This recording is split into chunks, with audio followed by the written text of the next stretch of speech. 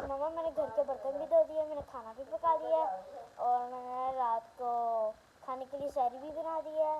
मैंने सब कुछ कर लिया। मैंने घर के झाड़ू भी फेंक दिए। मैंने ऊपर से जाले भी उतार लिए छतों में से। है बेटा हैरियत। और हाँ, मैंने आपके लिए इतना अच्छा केक भी मंगवा लिया। रिजल्ट आने वाला है।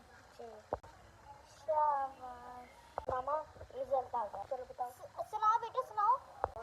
इंग्लिश में 100, उर्दू में 100, मैथ में 100, साइंस में 100, हिस्ट्री में 100, कंप्यूटर में 99 है। 99 एक नंबर कट गया है कि शायद मेरे के एक क्वेश्चन एक नंबर कहाँ गया?